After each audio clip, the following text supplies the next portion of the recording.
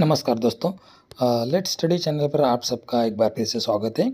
और आज की वीडियो बहुत ही इंपॉर्टेंट होने वाली है, जो कि रिगार्डिंग है भाई केंद्रीय विद्यालय और नवोदय विद्यालय का जो रिक्रूटमेंट निकला हुआ है, उसके सिलेबस के बारे में, एज वेल एज इसका एग्ज़ाम कैसे रहेगा, एग्ज़ाम पैटर्न क्या रहेगा, इसका सिलेबस क्या रहेगा, और इसके लिए जो स्टूडेंट है उसके एज रिलैक्सेशन क्या रहेगी कैटेगरी वाइज और पोस्ट वाइज।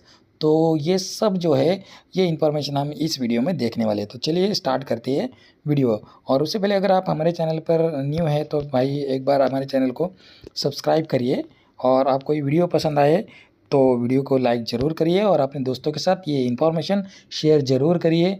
जो भी तैयारी कर रहा है भाई केंद्रीय विद्यालय की और नवोदय विद्यालय की जॉब के लिए, वो सब लोग इस वीडियो को पूरा देखिए ताकि आप लोगों को पूरा के पूरा जो सिलेबस है, पूरा का पूरा जो एग्ज़ाम पैटर्न है वो पूरा समझ में आ जाए। तो चलिए स्टार्ट करते हैं आज की इम्पोर्टेंट वीडियो। तो देखिए, केंद्रीय विद्यालय संगठन और नवोदय विद्यालय समिति भर्ती 2025 के लिए टायर 1 और टायर 2, ठीक है ना, का हिंदी में पाठ्यक्रम सिलेबस एवं परीक्षा पैटर्न जो है वो यहाँ पे देखना है। ठीक है, तो देखिए यहाँ पे जो है टायर 1 और टायर 2, मतलब एग्ज़ाम जो है दो पार्ट में है। पहला तो टायर 1 होगा और दूसरा टायर 2 होगा। इसका मतलब होगा प्रीलिम्स, और प्रीलिम्स के बाद होगा मेन एग्ज़ाम। ठीक है, अब ये तो भाई यूपीएससी जैसा ही पैटर्न यहाँ पे बनाया गया है, प्रीलियम दे दो, उसके बाद मेन दे दो, और उसके बाद इंटरव्यू दे दो। ठीक है ना, तो ये पैटर्न यहाँ पर भी फॉलो होने वाला है। और ये पैटर्न आपने देखा होगा कि भाई EMRS जो एग्ज़ाम है उसमें भी फॉलो किया गया है। सेम उसी पैटर्न के ऊपर टायर 1 टायर 2 एग्ज़ाम और उसके बाद इंटरव्यू, ऐसे करके जो एग्ज़ाम पैटर्न है वो यहाँ पे केंद्रीय विद्यालय समिति और केंद्रीय विद्यालय संगठन और नवोदय विद्यालय समिति ने यहाँ पे दिया हुआ है। तो चलिए पहले तो देखते हैं कि भाई एग्ज़ाम पैटर्न क्या होगा केंद्रीय विद्यालय और नवोदय विद्यालय समिति का। तो देखिए सभी पदों के लिए भाई टायर 1 एग्ज़ाम होगा, चाहे आपका TGT हो, PGT हो, PRT हो, या और कोई भी नॉन टीचिंग पोस्ट हो, सभी के लिए भाई टायर 1 पोस्ट, टायर 1 ये जो एग्ज़ाम है वो होने वाली है। ठीक है ना, तो टायर 1 जो एग्ज़ाम है वो आपकी प्रीलिम एग्ज़ाम रहेगी। ठीक है, तो इसमें कुल 100 क्वेश्चन पूछे जाने हैं और 300 यहाँ पे मार्क्स होने वाले हैं। कुल अंक उसके लिए 300 है। तो देखिए, और 2 घंटे का टाइम रहेगा भाई। 120 मिनट्स में आपको 100 क्वेश्चन सॉल्व करने हैं और मार्क्स है आपके 300। ठीक है, तो देखिए इसमें देखिए कौन से प्रकार के क्वेश्चन रहेंगे टायर 1 में। सामान्य तर्क देखिए, जनरल रीजनिंग के 20 क्वेश्चन रहेंगे 60 मार्क्स के लिए। तो एक क्वेश्चन आप मान के चलिए कि भाई 3 मार्क्स का एक क्वेश्चन है। ठीक है ना, 3 मार्क्स का एक क्वेश्चन है। ठीक है ना, 3 मार्क्स का एक क्वेश्चन है सामान्य तर्क जनरल रीजनिंग। उसके बाद देखिए आप सेकंड है संख्यात्मक योग्यता, न्यूमेरिक एबिलिटी। यहाँ पर भी 20 क्वेश्चन है 60 मार्क्स के लिए। मतलब आप मान सकते हैं कि भाई देखिए 300 में से लगभग आप 40 क्वेश्चन जो है जनरल रीजनिंग और न्यूमेरिक एबिलिटी के लिए दिए हुए 40 क्वेश्चन। ठीक है, बहुत इंपॉर्टेंट है ये। इसी में आपके 120 मार्क्स हो रहे हैं। उसके बाद देखिए बुनियादी कंप्यूटर साक्षरता, भाई बेसिक कंप्यूटर लिटरेसी, इसके लिए भी 20 प्रश्न हैं और इसके लिए भी 60 मार्क्स हैं, 60 मार्क्स हैं। उसके बाद देखिए सामान्य ज्ञान एवं समसामयिकी, general knowledge and current affairs, ये भी 20 मार्क्स के लिए भाई, इसके लिए भी 60 मार्क्स हैं। उसके बाद देखिए भाषा कौशल अंग्रेजी, बहुत इंपॉर्टेंट भाई। लैंग्वेज कॉम्पिटेंसी 10 प्रश्न होंगे 30 मार्क्स के लिए, बहुत इंपॉर्टेंट है।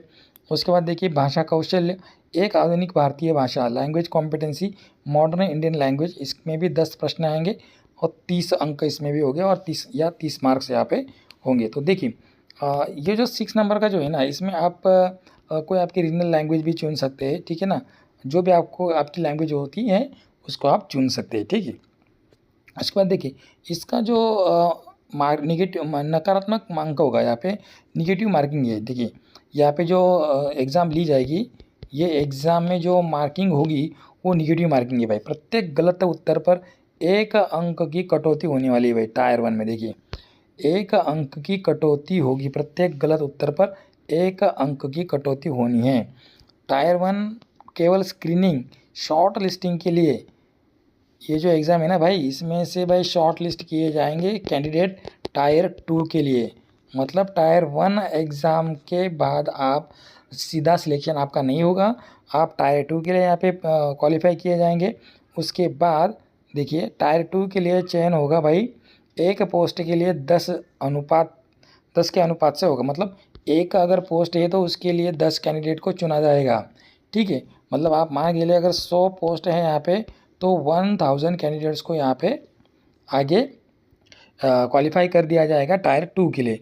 तो भाई इस तरीके से ये एग्ज़ाम पैटर्न है, ये बिल्कुल नया है जो केंद्रीय विद्यालय है इनके लिए, तो बिल्कुल नया है क्योंकि एनईवीएस का ऐसा पैटर्न ना इससे पहले हुआ है जिसमें कि मैंने भी ये एग्ज़ाम दिया था इस पैटर्न से। तो उसमें ही मेरा यहाँ पे 2019 में जो एग्ज़ाम निकला था एनईवीएस में उसमें ऐसा पैटर्न था, तो उस पैटर्न में ही मेरा एनईवीएस में सिलेक्शन हुआ था। तो उसी पैटर्न को आपको फॉलो करना है, ठीक है।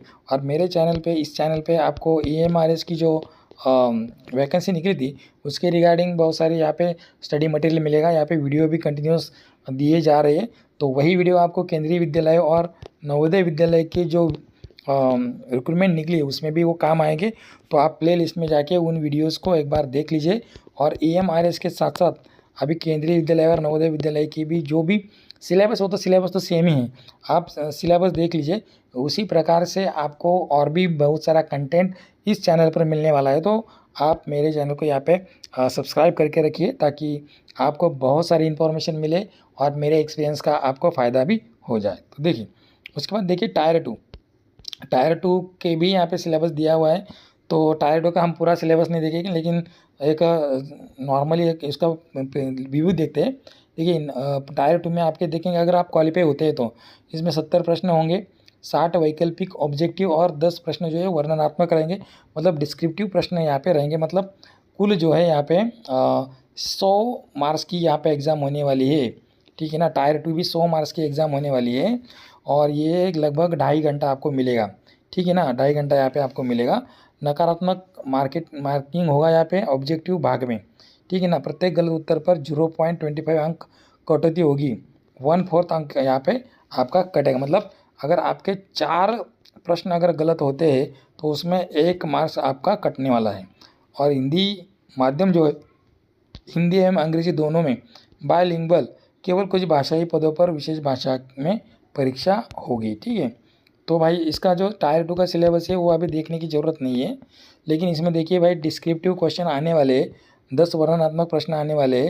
तो इसके हिसाब से देखिए तो आपको यहाँ पे स्टडी करना है भाई। डिस्क्रिप्टिव क्वेश्चन भी आपको प्रिपेयर करना होगा, जैसे कि यूपीएस में आपने देखा होगा कि भाई जो मेन पेपर होता है उसमें आपको डिस्क्रिप्टिव क्वेश्चंस के आंसर लिखने होते हैं।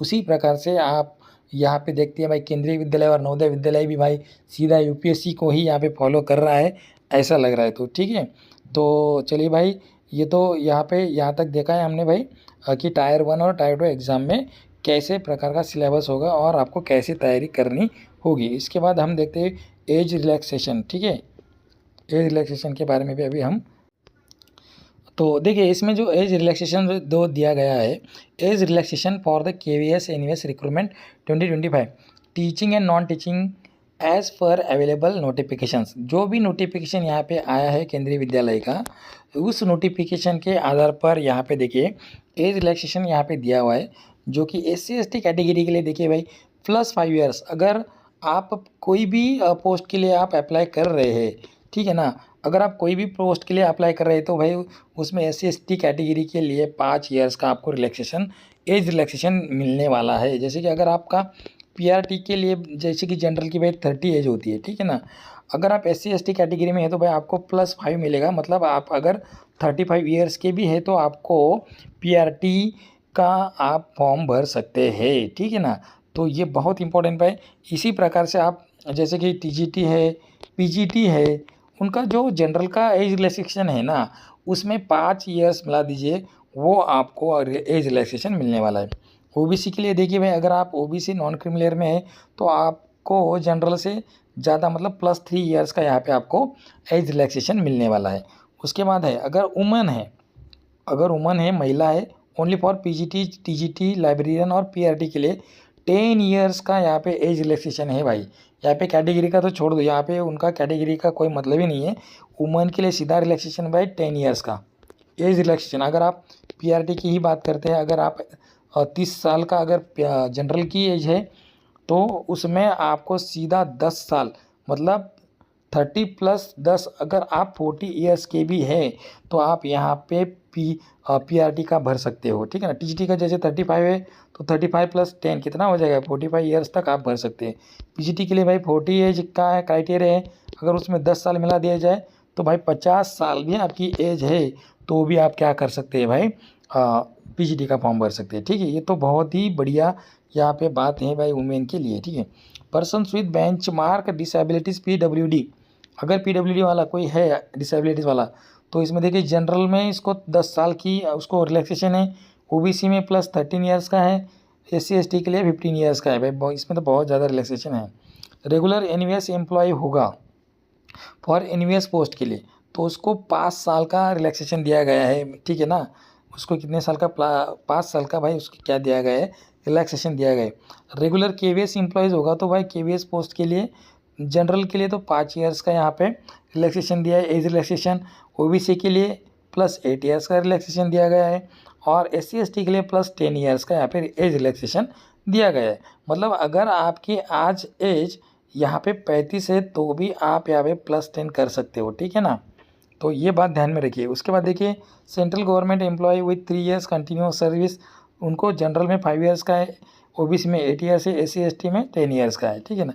उसके बाद एक्स सर्विसमैन, देखिए एक्स सर्विसमैन की पोस्ट यहाँ केवीएस में होती है तो इसमें भी देखिए ग्रुप ए के लिए भाई जनरल पोस्ट के लिए 5 ईयर्स का है, ओबीसी के लिए 8 ईयर्स है, एससी एसटी के लिए 10 ईयर्स। उसके बाद ग्रुप बी और सी के लिए भी जनरल के लिए 3 ईयर्स, ओबीसी के लिए 6 ईयर्स और एससी एसटी के लिए 8 ईयर्स का एज रिलैक्सेशन यहाँ पे दिया गया है जो रेगुलर एम्प्लॉय यहाँ पे काम कर रहे हैं और जो एक सर्विसमैन सेंट्रल गवर्नमेंट एम्प्लॉयज़ है उनके लिए, ठीक है। उसके बाद बहुत इंपॉर्टेंट नोट देखिए यहाँ पे, the age is calculated as on 4/12/2025, मतलब 4 दिसंबर 2025 तक आपकी एज जो है वो कैलकुलेट की जाएगी। This relaxations are extra as per rules and depend on which post you are applying for PWBD women the 10 years women relaxation does not apply in addition to disability relaxation. Woman जो है भाई disability में ये 10 साल का relaxation उनको नहीं मिल पाएगा, ये इम्पोर्टेंट यहाँ पे एक नोट दिया हुआ है। तो इस प्रकार से ये एज रिलैक्सेशन है और यहाँ पे जो एग्ज़ाम ऑफ मोड और सिलेबस ये हमने इस वीडियो में देखा है। तो आगे आने वाले वीडियो में आपको स्टडी रिलेटेड बहुत सारे वीडियोस मिलेंगे, तो आप हमारे चैनल को सब्सक्राइब करके रखिए और ये वीडियो अगर आपको अच्छी लगी है तो इसको लाइक ज़रूर करिए और अपने दोस्तों के साथ शेयर करना बिल्कुल ना भूलें। तो चलिए नेक्स्ट वीडियो में मिलते हैं स्टडी के साथ, एज वेल एज हम एप्लीकेशन के भी बारे में कुछ डाउट होंगे तो वो लेंगे। तो आप हमारे चैनल पे सब्सक्राइब करके रखिए और अगर कोई प्रॉब्लम है, कोई डाउट है तो आप कमेंट बॉक्स में कमेंट करके रखिए ताकि हम उसको उस कमेंट का जवाब दे सकें। तो तब तक के लिए मिलते हैं नेक्स्ट वीडियो में। जय हिंद, जय भारत।